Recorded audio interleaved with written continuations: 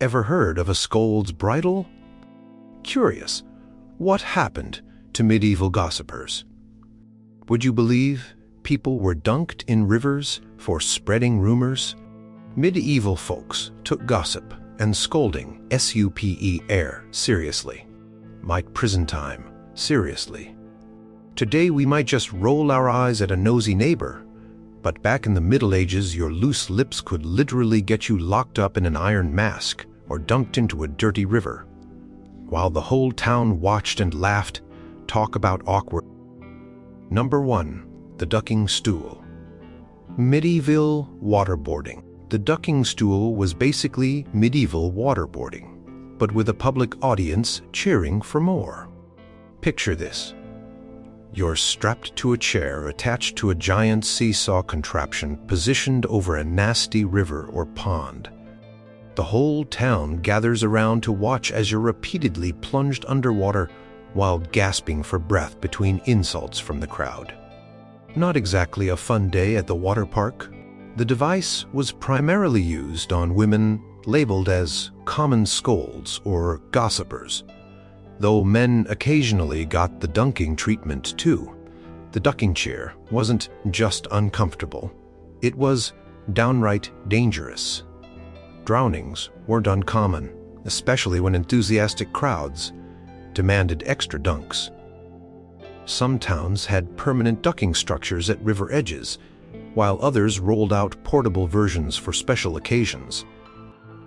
Nothing says town festival like watching the local gossip get soaked right the worst part. Multiple dunks could happen in a single session. Even in winter, when ice had to be broken first, imagine being plunged into freezing water while everyone laughed.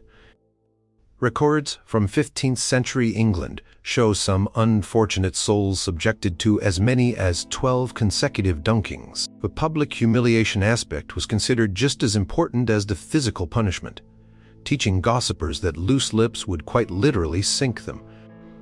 Number 2. The gossip's bridle. Fashion statement from hell. Imagine having your head locked in a metal cage with a spiked plate forced into your mouth. Welcome to the Scold's bridle, medieval Europe's answer to annoying talkers. This horrifying headpiece, also called a branx, was basically a metal helmet with a piece that pressed down on the wearer's tongue. Some designs even had spikes on the tongue plate.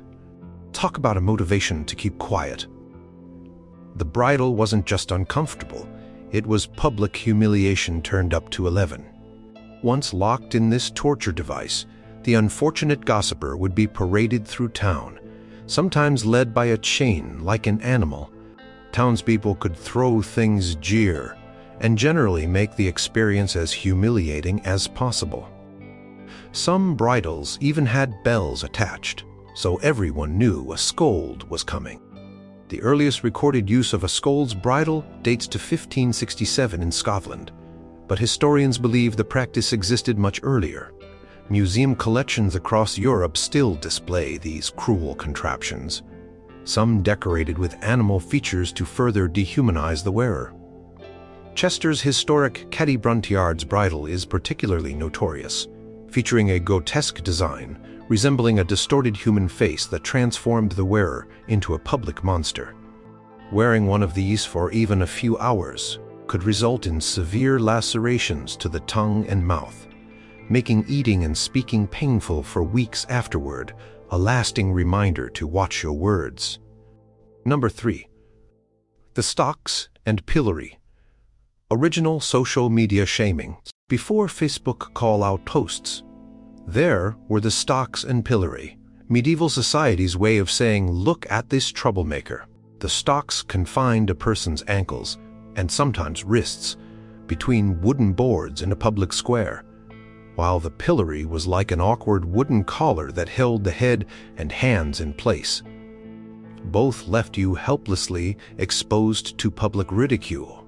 Being locked in these wooden contraptions meant hours or even days of public exposure with no bathroom breaks.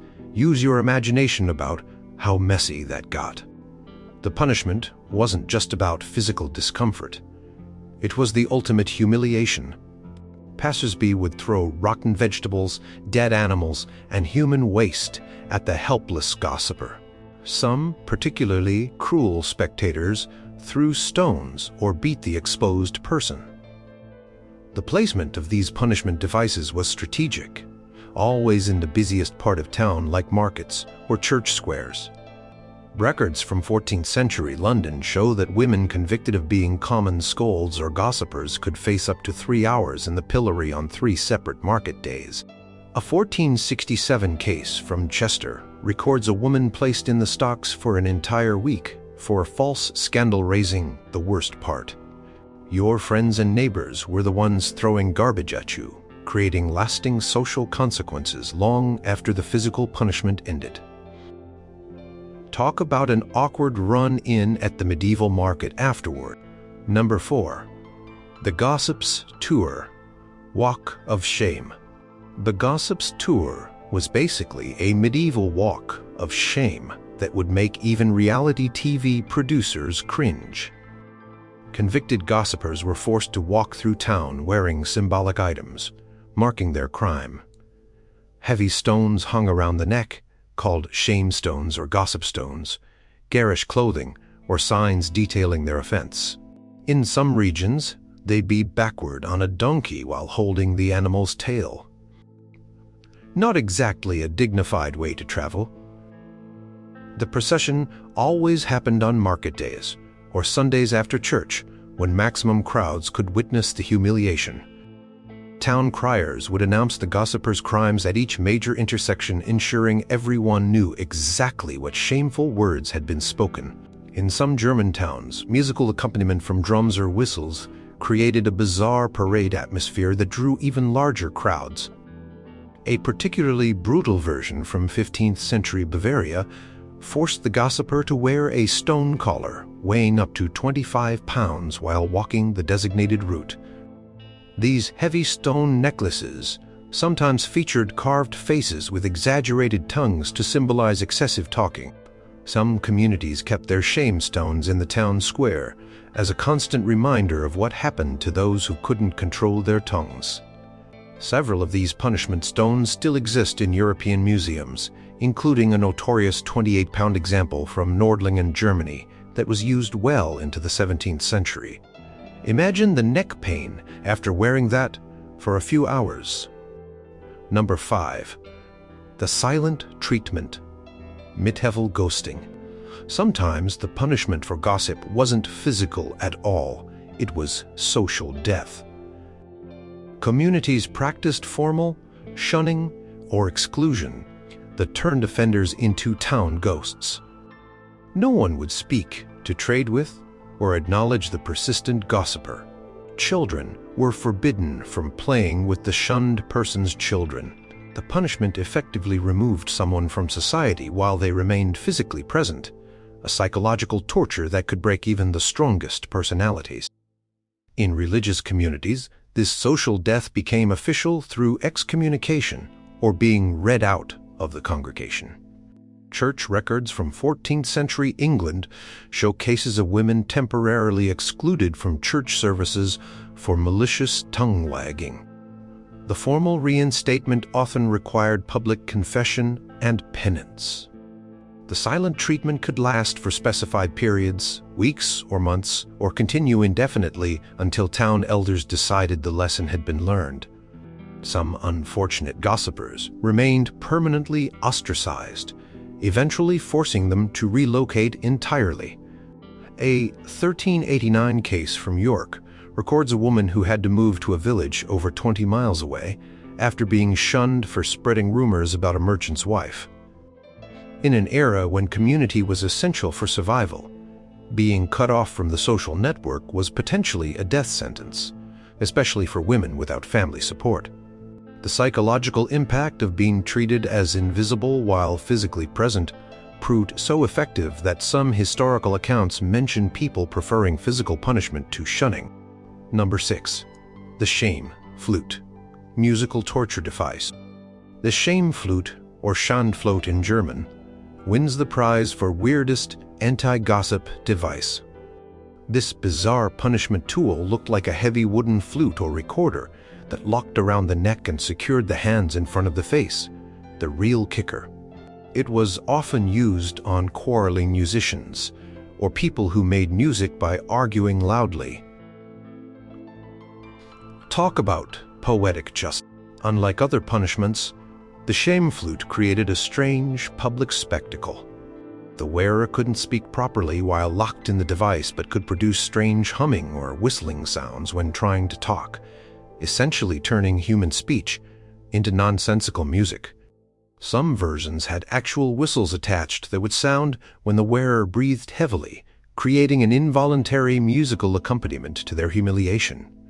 Historical records from 16th century Germany show the device used primarily for punishment of domestic discord, essentially couples who aired their dirty laundry by arguing publicly.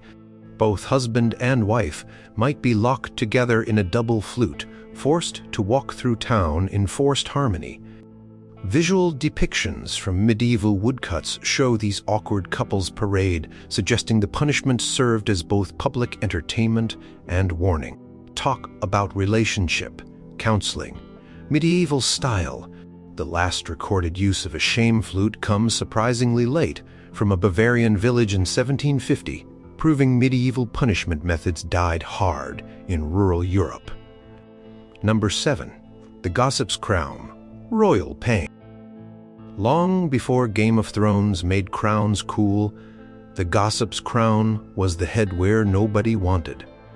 These weren't majestic golden crowns, but heavy, awkward metal contraptions designed to mark the wearer as a rumor-monger or troublemaker. Some resembled metal cages enclosing the entire head, while others were more like heavy circlets with embarrassing decorations, paper tongues, bells, or animal ears attached to mock the wearer. The most elaborate gossip crowns came from Germanic regions, where metalworking traditions allowed for creative punishment devices. Some featured intricate ironwork with exaggerated ears, symbolizing eavesdropping, or movable tongues that waggled when the wearer walked. Town records from 15th century Nuremberg describe a particularly ornate crown for evil speech, featuring 7 protruding tongues that remained in use for over a century. Unlike private punishments, wearing the gossip's crown always involved public display. The condemned would sit on an elevated platform in the town square or be led through streets while wearing the heavy headpiece. Some towns maintained specific shame posts, where crowned gossipers would be tied for set periods. A magistrate's record from 1481 Frankfurt mentions a woman required to wear a slanderer's crown for 4 hours daily on 3 consecutive market days for spreading rumors about a neighbor's daughter. The weight of these metal devices often caused neck injuries and headaches that lasted long after the punishment ended. Some crowns were deliberately front-heavy, forcing the wearer to constantly struggle to hold their head up, a physical reminder of the weight of their words. Ever wonder why we're so obsessed with celebrity gossip today? Could these extreme medieval punishments actually have worked better than our modern approach to handling rumors? Would you think twice about spreading gossip if you knew a ducking stool was waiting?